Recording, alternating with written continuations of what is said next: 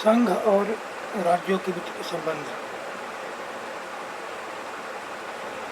भाग 11 अनुच्छेद 245 से 263।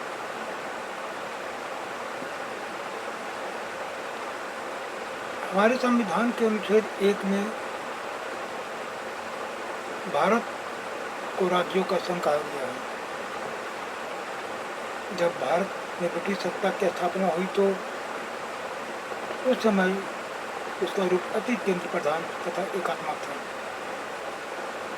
भारत को अपने साम्राज्यवादी शिकंजे में रखने के लिए अंग्रेजों उसका नियंत्रण केंद्र से करना था और यह सुनिश्चित करना था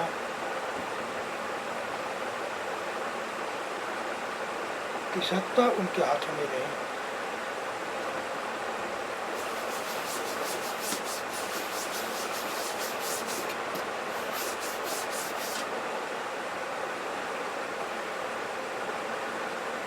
साम्राज्य तथा प्रशासन दोनों ही दृष्टियों से अंग्रेजों के लिए एक सशक्त केंद्रीय प्राधिकार आवश्यक था।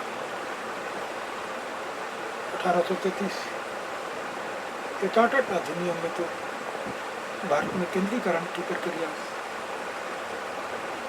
अति ही कर दी गई।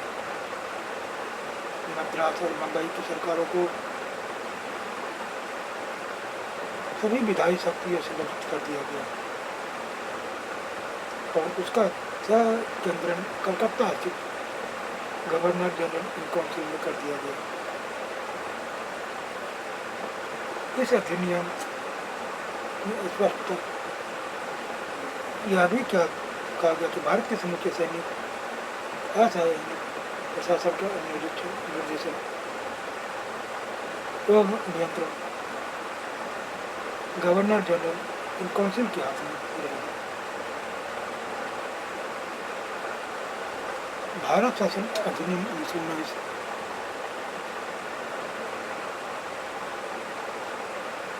में बंद किया गया कि काफी हद तक प्राधिकार का अंतरण प्रांतों को कर दिया जाए।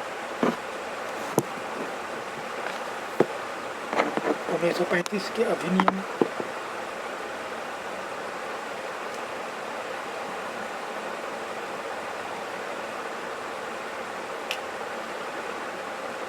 का प्रांतीय स्वायत्तता वाला भाग लागू किया गया। 1919 के अधिनियम के अधीन समूचे देश पर केवल केंद्रीय प्राधिकार का शासन चलता रहा।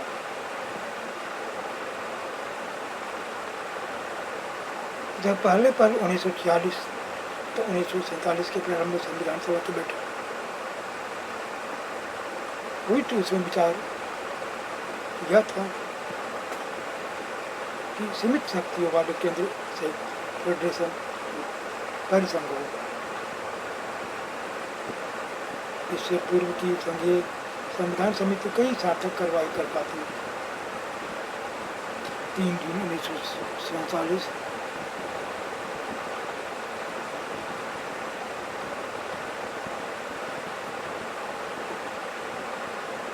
माउंट बेटन योजना की घोषणा कर दी गई। राष्ट्र की अखंडता को बनाए रखने की सभी आशाएं धूमिल हो गई और सामुदायिक आधार पर देश का विभाजन एक दोष विषय बन गया। आशा के अनुरूप एक सशक्त केंद्र का प्रोग्राम भारी हो गया। संघीय संविधान समिति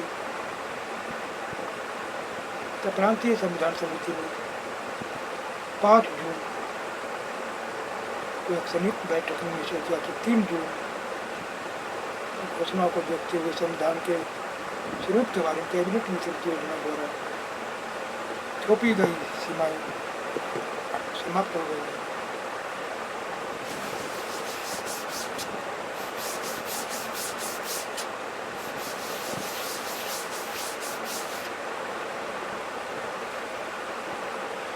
जब विभाजन एक वास्तविकता बन गया, इस बात की कोई जरूरत नहीं रह गई कि मुस्लिम लीग की तुष्टि की जाए और संघ सरकार शक्ति को सीमित किया जाए।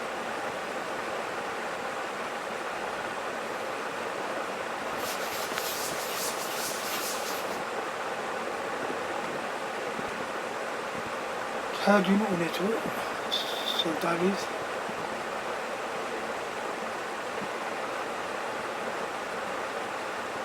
की बैठक में संघीय संविधान समिति ने अस्थायी रूप से निश्चय किया कि एक सशक्त केंद्र से संविधान का एक सशक्त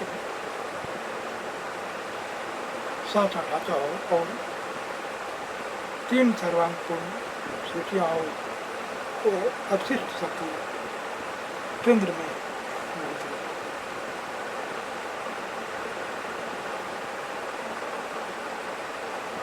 5 जुलाई 1947 को संघीय शक्तियाँ समिति ने संविधान सभा के अध्यक्ष के सामने दूसरी रिपोर्ट प्रस्तुत की। इस बात पर जोर दिया गया कि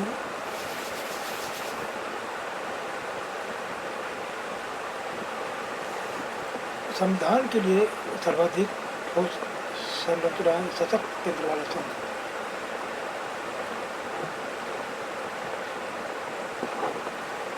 कैबिनेट मिशन की योजना में केंद्रीय प्राधिकार क्षेत्र पर जो कठोर अंकुश लगाया गया था उसे संविधान सभा ने देश के प्रशासनिक नेतृत्व के अपने आकलन की घोर अपेक्षा करके समझौते के इसलिए स्वीकार किया था कि मुस्लिम लीग की विभाग रह जाए। संघीय शक्ति समिति ने सर्वसम्मति से यह दृष्टिकोण अपनाया कि देश के लिए हितकर नहीं होगा एक सख्त केंद्रीय प्राधिकार की व्यवस्था की जाए, क्योंकि ऐसा प्राधिकार न तो शांति की और सामूहिक संबंधी महत्वपूर्ण मामलों में समन्वय की व्यवस्था कर सकेगा और न ही अंतर्राष्ट्रीय क्षेत्र में समूचे देश के लिए प्रभावशाली ढंग से आवाज उठा सकेगा। इस बीच 600 से अधिक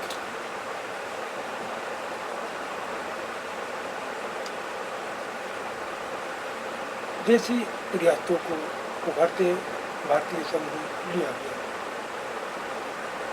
इसका परिणाम यह हुआ कि भारतीय संघ में राज्य की इकाइयों की संख्या घटकर नियंत्रण योग्य हो गई।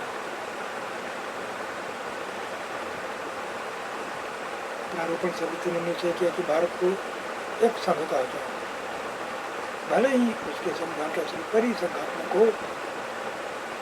भारत के संघ होने पर जोर देने के पीछे आशय यह था कि यह संगठित इकाइयों के बीच किसी संविदा या समझौते की प्रक्रिया नहीं, बल्कि उस संविधान समाज की घोषणा है जिसमें अपना पर अधिकार भारत के लोगों से प्राप्त किया है।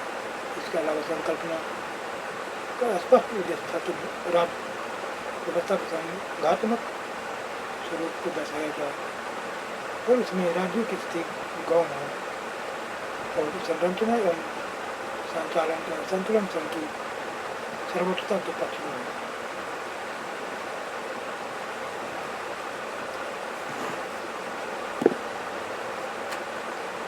विधायी संबंध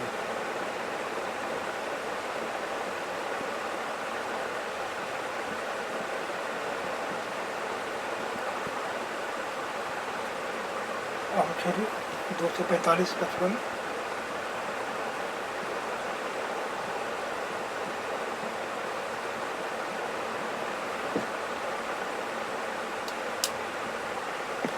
अनुच्छेद 245-255 में संघ राज्यों के बीच विधायी शक्तियों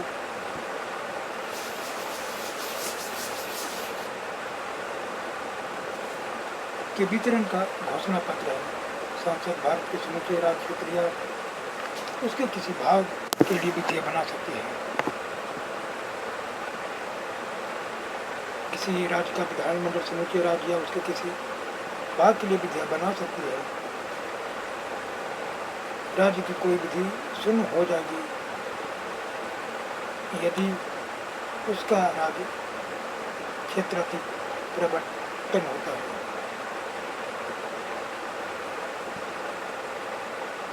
संसद द्वारा बनाए गए कानूनों के बारे में राज्य क्षेत्राधिक परिवर्तन के आधार पर आपत्ति नहीं की जा सकती है। अनुच्छेद 245 के अनुसार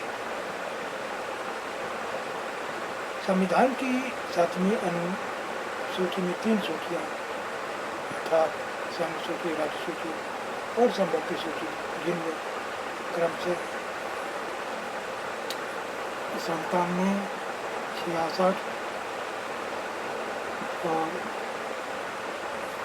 47 मध्य हैं।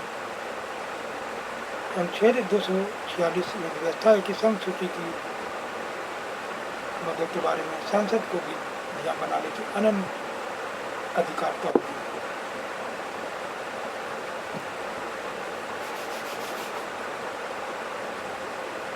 राज्य सूची की मदों के बारे में राज्य के विधानमंडल को विधियां बनाने की अनन्य शक्ति होगी और समवर्ती सूची में शामिल मदों के बारे में संघ तथा राज्य के विधानमंडल दोनों विधान बना सकते हैं। यदि समवर्ती सूची के मध्य के बारे में संसद तथा राज्यों के विधानमंडल द्वारा बनाई गई विधियों के बीच कोई असंगति तो संघ की विधियां प्रभावी होगी और राज्य की विधि उस संगति की मात्रा तक शून्य होगी, सिवाय उस स्थिति के जहाँ राज्य की विधि राष्ट्रपति के विचार के लिए आरक्षित रखी गई हो और उस पर उसकी अनुमति मिल गई अनुच्छेद 245 के अनुसार। विधायी शक्तियों के त्रिविध वितरण में विधान की अतिरिक्त शक्तियाँ संघ को सौंपी गई है अनुच्छेद 248। साथ ही संसद को यह शक्ति दी गई है कि वह किसी अंतर्राष्ट्रीय संधि, करार, अभिसमय अथवा विनिश्चय को कार्य देने के लिए समुचित देश या उसके किसी विभाग के लिए विधि बना सके अनुच्छेद 253।